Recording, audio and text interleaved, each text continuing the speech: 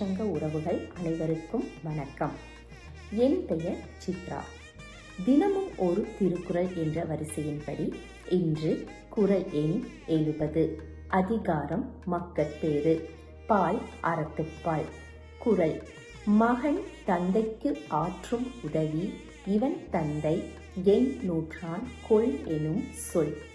இக்குறளின் மூலம் வள்ளுவர் மகன் தந்தைக்கு ஆற்றக்கூடிய உதவி என்ன என்பதை விளக்குகிறார்.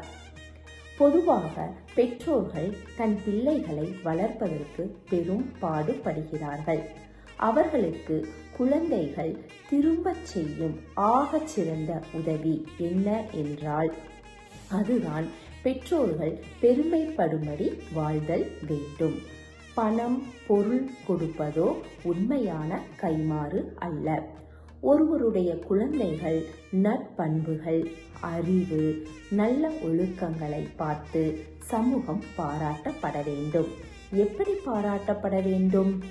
இப்படிப்பட்ட பிள்ளைகளை பெற இவன் தந்தை என்ன தவம் செய்தார்களோ என்று புகழும்படி அறிவும் ஒழுக்கமும் சிறந்து விளங்கி வாழ்தல் வேண்டும்.